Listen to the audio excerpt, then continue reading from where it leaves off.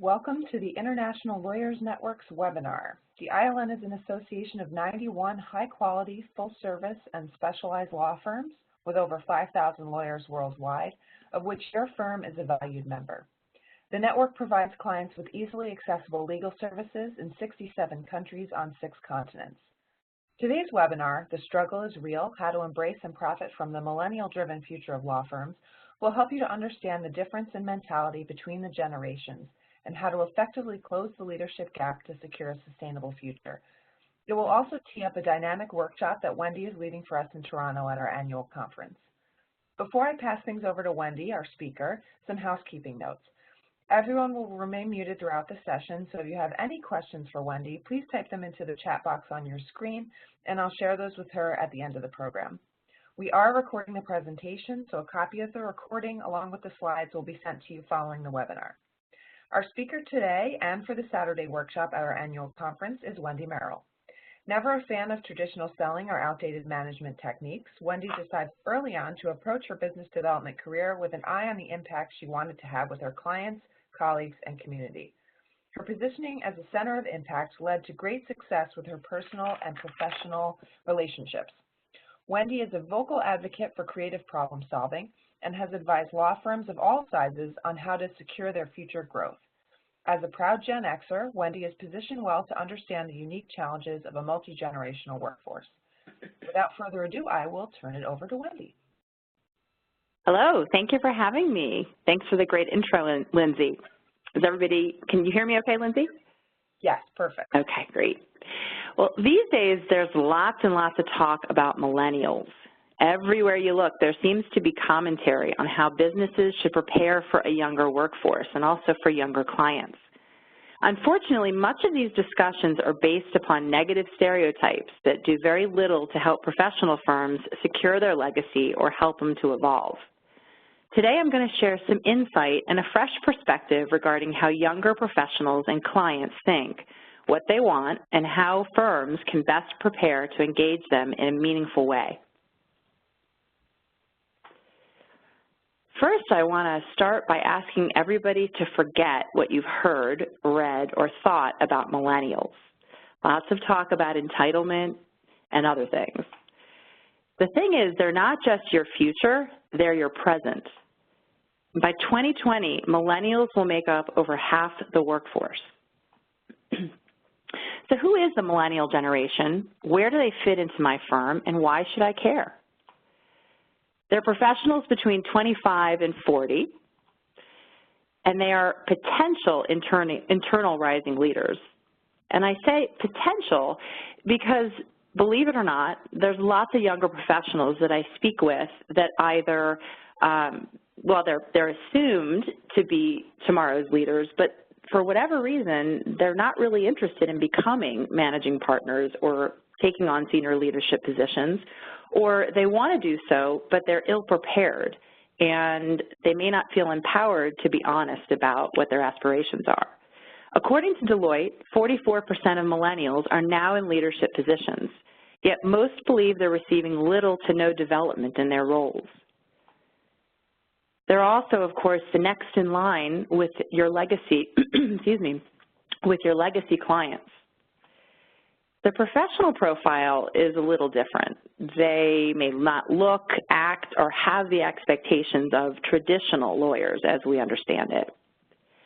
And, of course, the successful exit of senior partners hinges upon millennials' willingness to enter the leadership queue.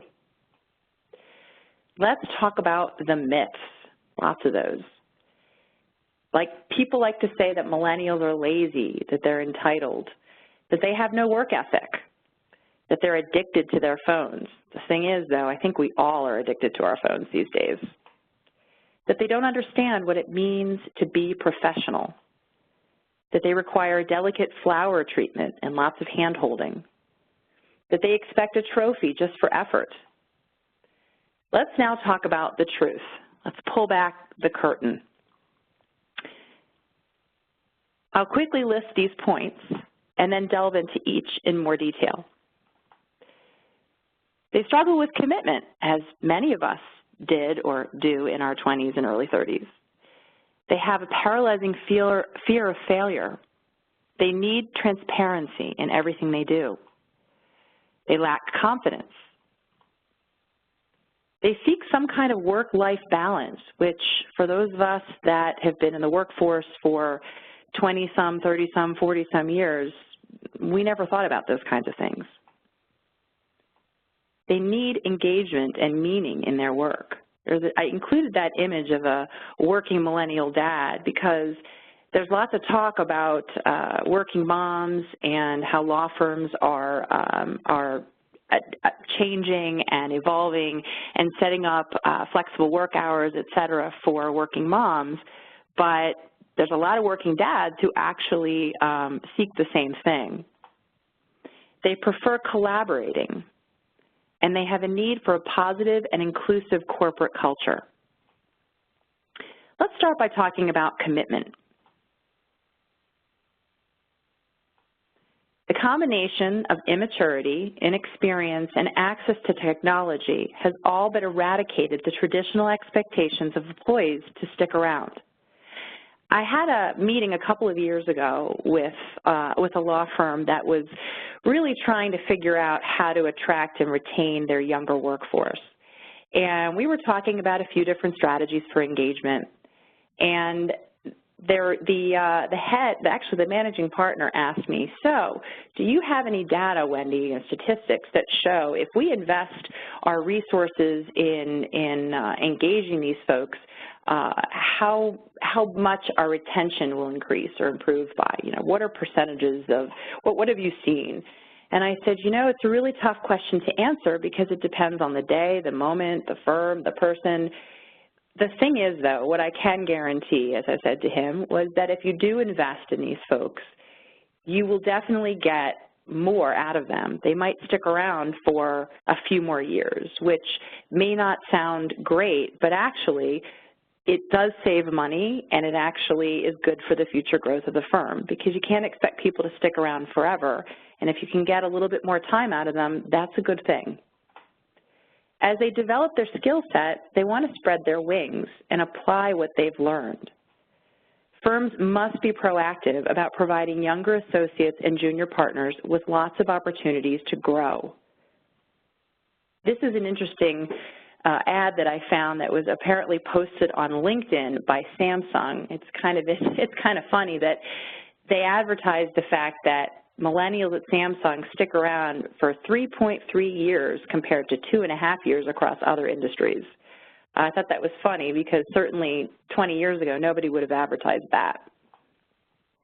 Don't expect a long tenure. Instead, plan on getting the most out of your younger team members for 2 to 5 years, and then give them a positive and supportive send-off. Because the thing is, and many of you may already do this within your firm, but the people that leave your firm to go off to other firms or start their own are often the best sources for new business. Fear of failure. I've asked so many people in my career about what they think that millennials' greatest fear is, and no one ever answers this correctly. It's the fear of failure, and I know this from lots of research I've done and just my experience working with so many millennials professionally and personally. So what does that mean?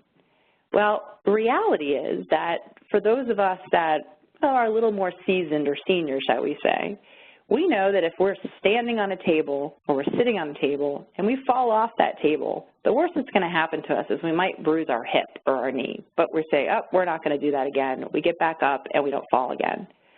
But for many younger people, their perception is that sitting on that table is like hanging from this big crane or hanging off the top of a 50-story building.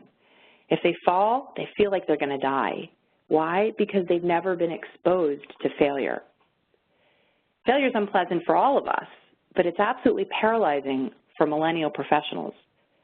If you've gone most of your life without failing because of what we like to call helicopter parenting, or parents that have really hovered over you or overprotected you, or loosely enforced rules, the prospect of failing as an adult is exponentially scarier. So many of your younger professionals, your younger lawyers, are actually harboring a huge fear of failure. Like it or not, These young adults are your new workforce and your client base.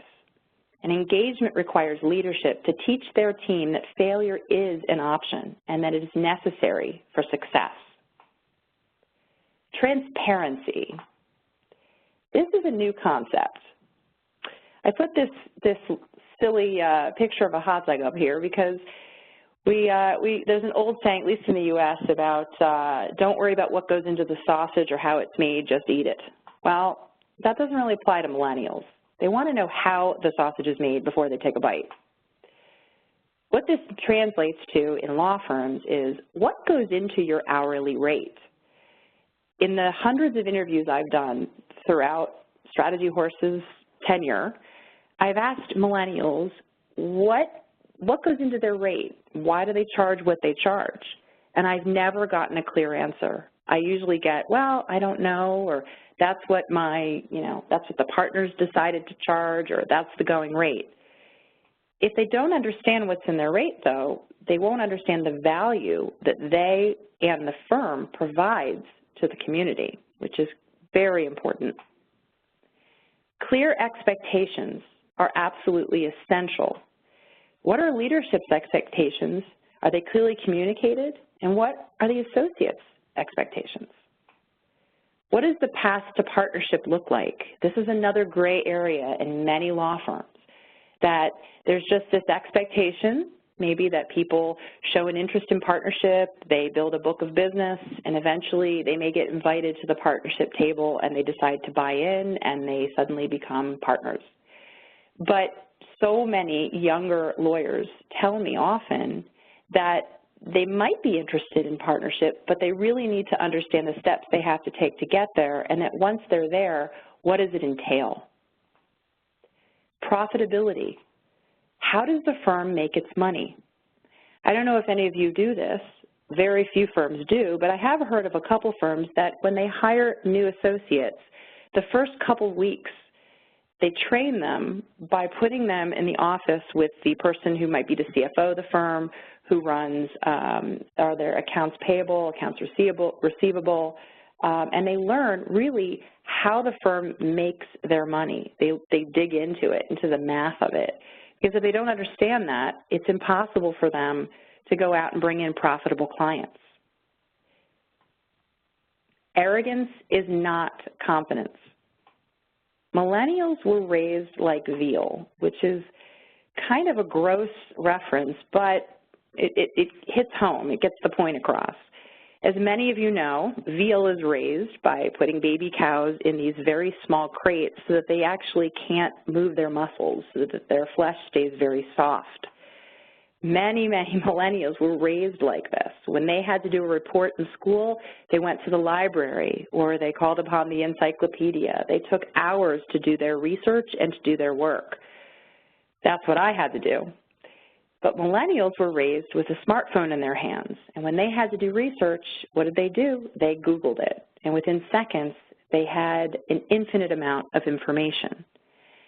Why I'm mentioning this is because when you have access to information with that kind of expediency, you don't develop the confidence in yourself, the belief in yourself that you can actually get things done and that you can take the right steps to succeed. Convenience and ease of use has deprived millennials of important confidence muscle building, I like to call it. Formally structured mentorship programs with built-in accountability will create muscle memory. So for those of you that have formal mentorship programs within your firms, bravo. And if you haven't already put that in place, it's a very, very good idea. Engagement, or quest for meaning. This is super important for millennial professionals. They don't just want an empty paycheck. They also don't necessarily care about ping pong tables or beer kegs in the break room, which a lot of law firms, accounting firms, and other professional firms seem to be jumping on the bandwagon these days and putting, shall we say, cool offices in place. They put games, and they try to appeal to younger people by having more interesting offices. But millennials actually want more than that. They need to care about what they and their employer are doing. They need to find meaning in the work. They look to their firm to define this for them and consistently remind them of their role in the bigger picture. In other words, how does your firm deliver value to its clients and to the community? It's about collaboration. We've heard a lot about this. Millennials really, really like to be collaborative.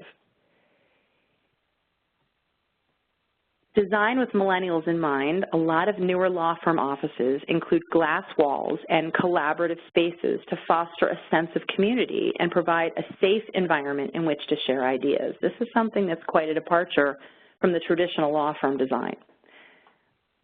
Millennials appreciate teamwork because the groupthink dynamic provides much-needed support to put their best foot forward to counter the fear of failure. There's a lot of pressure when you're a lawyer, and millennials feel more comfortable when they can let go of some of that pressure by sharing ideas and being supported by their colleagues. This is a big contrast to the traditional eat-what-you-kill competitive environment of most firms. Culture. We hear a lot about culture these days. Once upon a time, a prestigious law firm name, a deep bench of talent, healthy salary, and a nice office were usually enough to attract and retain top lawyers. Millennials are aware of the fact that they spend more than half of their life at work, and they expect their workplace to have a palpable culture that suits their lifestyle and their belief system. According to a study done by Fidelity Investments, on average, millennials would be willing to give up $7,600 in salary every year to work at a job that provided a better environment for them. Positivity, flexibility, and inclusivity are important to younger professionals. This means diversity, and not just in terms of gender or race, but certainly age and background, peer-to-peer support, and a clear connection to the community and giving back. Also, the ability to manage one's schedule and offer flexible work options is very, very important to younger attorneys. It's all about parenting. So for those of you who have children, regardless of age, maybe you thought that your parenting ended at home, but in fact, we have to bring it into the workplace as well. In an ideal world, young lawyers would arrive fully trained with the appropriate maturity level and resiliency. But I quoted Ann Landers, who's a very famous advice columnist in the U.S., and I sort of changed it up a little bit. She said, it's not what you do for your children, and I added employees, professional staff, or clients, but what you have taught them to do for themselves that will make them successful human beings.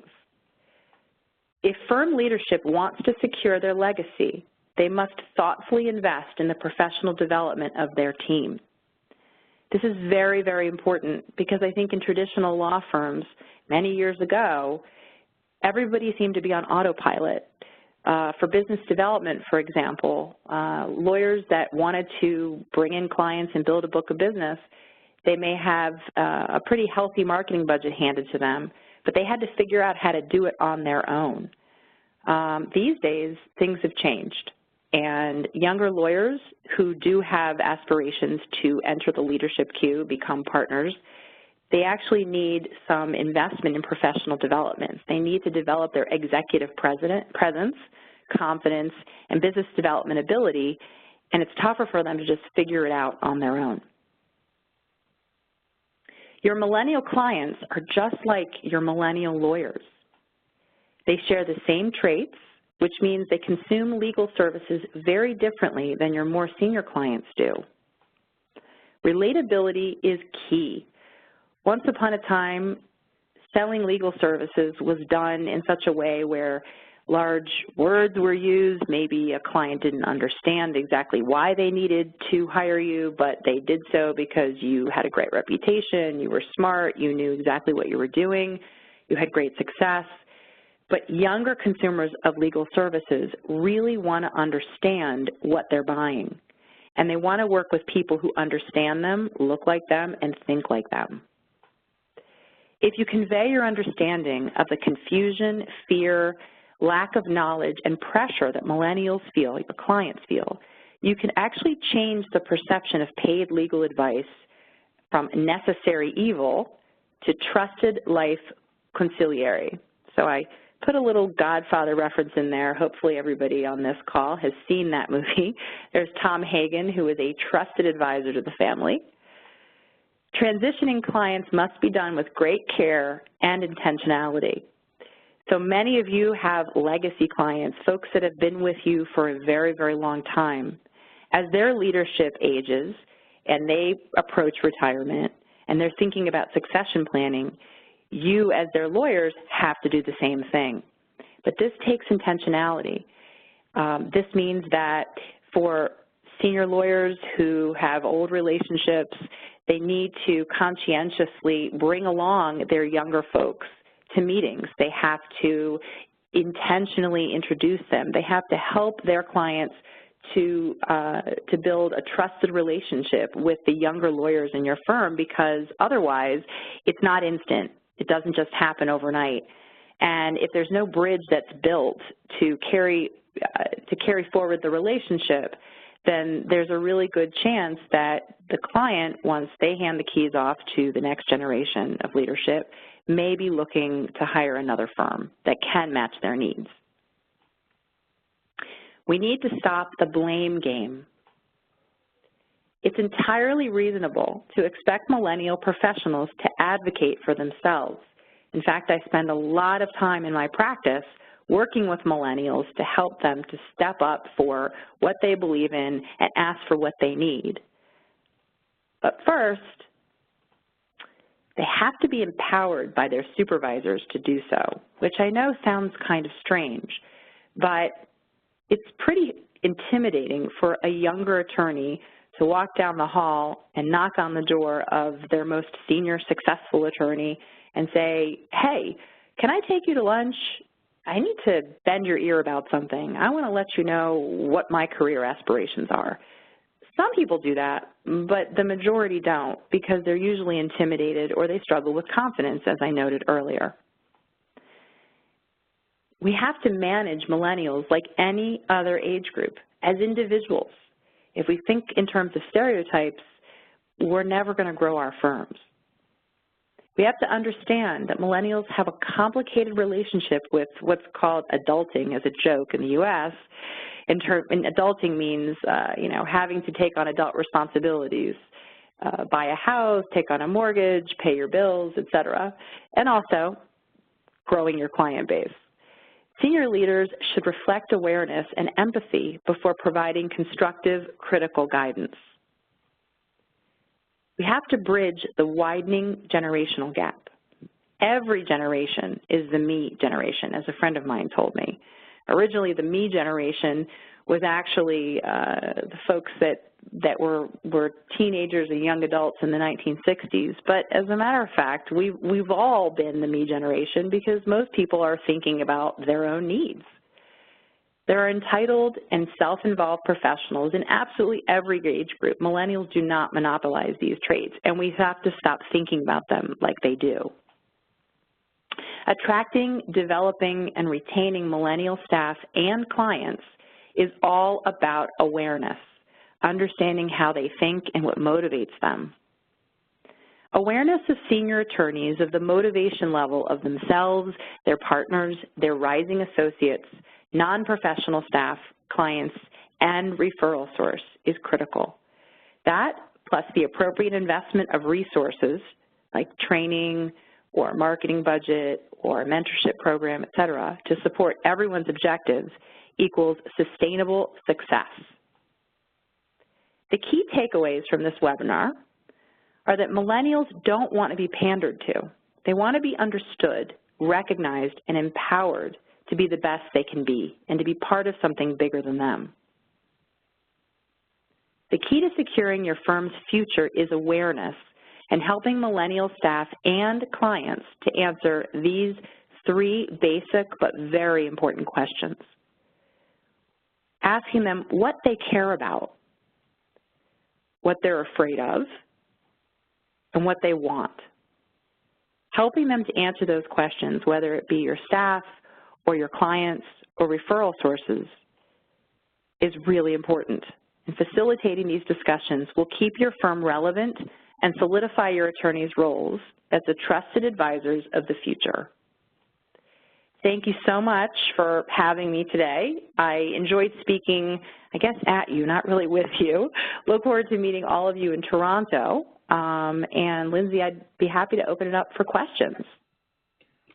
Sure. I have one for you, and we will leave some time to see if any come in through the chat box as well. I'd be curious to hear your thoughts about the flip side perspective and how millennials coming into the workforce should be working with other generations that are in the workforce above them.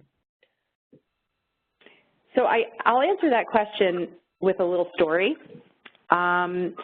I was working with a large regional law firm a few years ago. I was working with a group of their rising stars, a whole bunch of professionals that were in their early to mid-30s. And I looked at them and I asked them if any of them had ever approached the managing partner and asked him if he needed help with anything. And they all stared at me blankly, and they said, well, why would we do that? I mean, he's the managing partner. He has it all figured out. What could I possibly bring to the table to help him? And I looked at them and I said, well, you all went to law school, right? Yes. And I assume you all have friends that are attorneys that some of them maybe don't work at this firm. Well, as you know, the firm is growing and recruiting is a #1 priority of the managing partner, and it's not an easy process, right? And they all shook their head. And I said, well, do you think that maybe you could be a resource to him in terms of making strategic introductions and bringing some good talent in here? And they all said, yeah, we could. I said, so you see how you bring value to him? And they said, wow, yeah, I guess we do.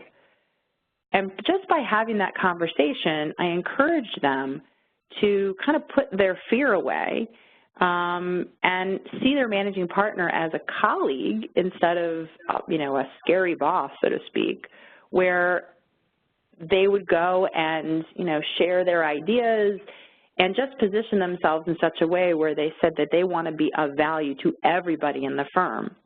And just by talking about this, I noticed that the confidence level in the room kind of, everybody relaxed and said, oh, yeah, that makes a lot of sense. So I'm sharing this story because I talk about this a lot with younger professionals, and I'm often encouraging them to advocate not only for what they need and what they want, but also to keep in mind that they do contribute something of value to the firm, and that they can't always expect for the more seasoned professionals around them to see that or figure it out or, read their minds, for example.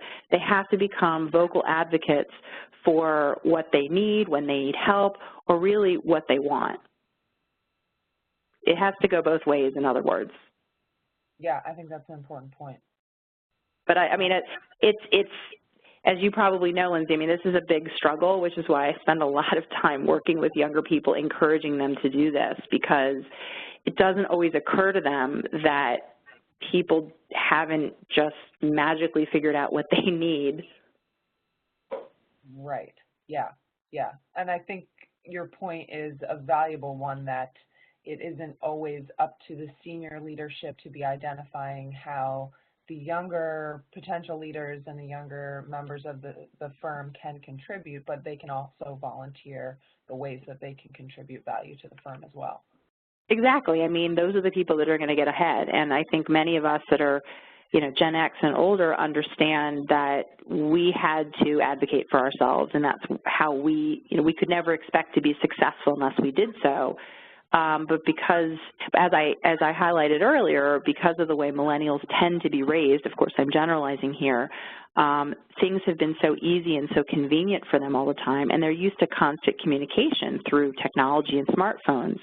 So the idea that they have to step up and actually seek their peace, so to speak, or ask for help, this is a foreign concept to them.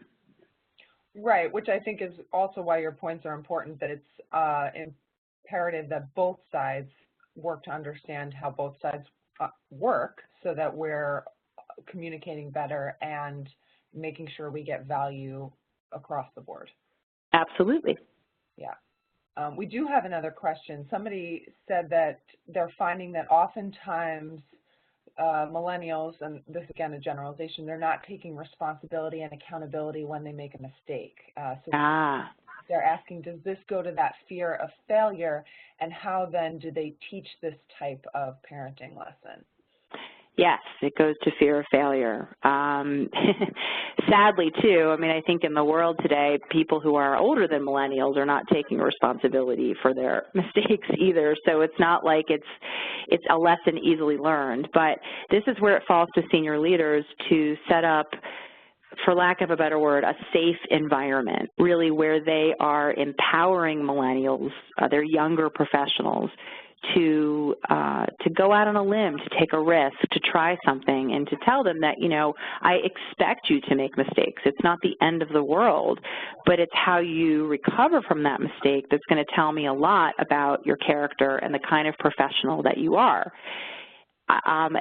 If we encourage younger people to you know, if we tell them that failure leads to success, and we explain and we show them that, as I always like to say, a no always leads to the yes, because it does, and see that as an opportunity, then they will be more comfortable and confident. In other words, we have to sort of show them that falling off the table is not the same as falling off of a building, and that takes intentional leadership. That takes people who are aware, who understand how to connect with their younger, let's say, mentees or their younger lawyers or associates that are coming in, and really make them feel comfortable to say, listen, you're here to help, you're here to contribute, but we also understand that you're learning, and the best way to learn is to sometimes take some calculated risks, of course, but, you know, making mistakes, we all make mistakes, and that's how we get better.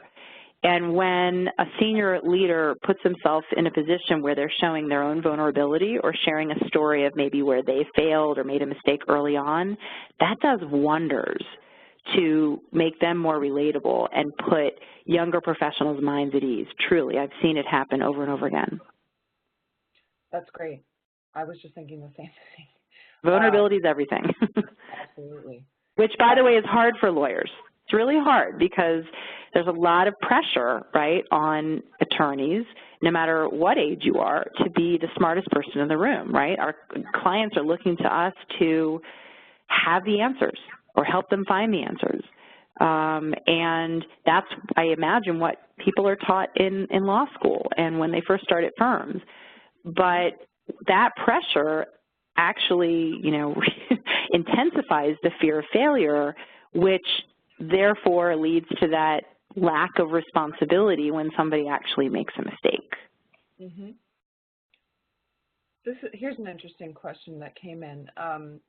Someone points out that it's hard to get in front of millennials because they have such a large workload. So is it acceptable to develop a weekly or monthly educational email versus trying to schedule an in-house program?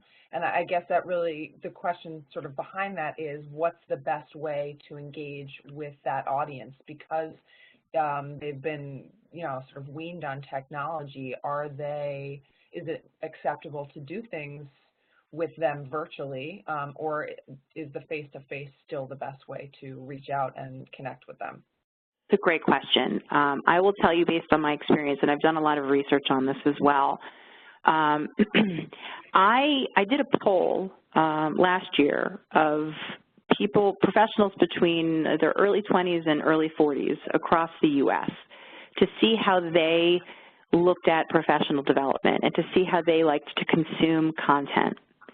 And I don't know why I was surprised by this, because my experience told me otherwise, but I was kind of surprised by the fact that most respondents said that they prefer to be in person with people. They prefer to communicate in person. They prefer workshops. They prefer in-person meetings to a webinar or an email or some kind of e-learning. So that really spoke volumes. However, I think that you really need to do all of the above. You know, the most important thing is communication, and that sadly is lacking in most organizations, especially in law firms.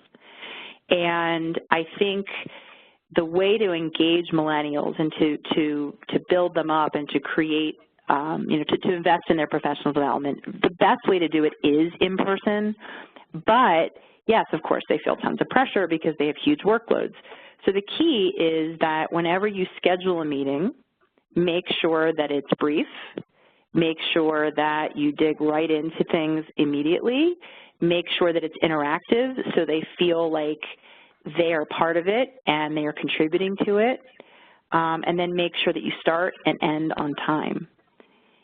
That's the way you can, and you have to make sure that it's consistent. So I think a weekly or a monthly or however, you know, you have to have frequency and you have to have consistency and make sure that the meetings are relevant to the actual concerns that your millennial professionals have. So maybe the email is also an opportunity, if you do that in advance of an in-person meeting, to seek feedback and get some topics for those in-person meetings so that you're really having a targeted agenda.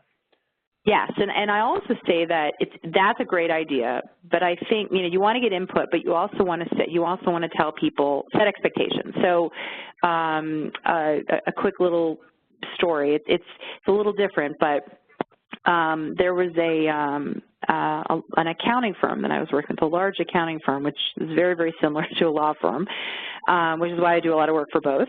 And it was the end of tax season, which of course is a huge, like yesterday, was it yesterday or the day before? Yesterday was tax day here. So lots of people were relieved and, you know, going out for drinks and going to go have congratulatory and celebratory lunches and happy hours and dinners. And this one young manager that I was working with, he wanted to take his team out for dinner and buy them all beers and celebrate all the hard work that they did. And this was a group of about 10 people that he was leading, and they were all millennial professionals. And I looked at him and I said, well, this is a great idea, but let me ask you something. You know, what is your goal for this? He's like, well, I really want to thank them. I said, have you communicated that to them? And he said, well, I just assumed they knew that. I said, don't assume anything. I said, try this. Send an email out inviting everyone to dinner. Tell them that you're so proud of all the hard work that they did. You want to reward them and celebrate their teamwork and bring everybody closer together. Then when you go to dinner, you make a welcome speech. You remind everybody why they're there. You call a few people out who did a particularly good job. You thank them. You support them. You ask them if they have any concerns. And then at the end of the dinner, you thank them again, and then you send another email out to once again thank them and say, thanks again for a successful tax season. I'm really glad that we went out, and the reason we did this was I wanted to show you how much I support all of you. Remember, my door is always open, and I'm here for you whatever you need. And he did it, and he came back and he said it was a huge, huge success. People absolutely loved it. And I'm telling this story because maybe these things sound silly or obvious, but you're better off over-communicating rather than under-communicating. So I would say for these in-person meetings, send an email out stating the agenda so people know what to expect. They can prepare questions. They can prepare concerns. Tell them that you're there to hear their concerns and to provide solutions. And then after the meeting, thank everybody for attending and send out maybe a summary of what was discussed as well as outlining next action steps. Mm-hmm. Great. Okay, I think that's it for our questions. If anybody has any additional questions, please feel free to send those to me. And also, Wendy's going to be joining us in Toronto, as we said, for our workshop. Our annual conference is going to be May the 31st to June 3rd. If you'd like to join us, please speak to your firm's ILN ambassador for registration information if you are not already registered. Wendy, thanks again so much for today's presentation. As I mentioned earlier, a recording of this session and a PDF of the slides will be circulated in the next day. If you'd like to see any of our previous webinars, those are available on our YouTube channel, which you can find by searching ILN Today. Thanks to everybody for your time and participation today. Lindsay, can I say one more thing? Absolutely. I really look forward to seeing all of you in Toronto. Thanks so much for your time, and please connect with me on social media. I put my handles up there on the final screen, and I realized I put my email, but I did not put my website, which is www.strategyhorse.com. Please check it out. I have an active blog. I write lots of articles, and I'd love to hear from you if you have questions you want to send me an individual email or give me a call. Would love to chat before we meet in Toronto. Great. Thank you so much, and we will speak to all of you soon.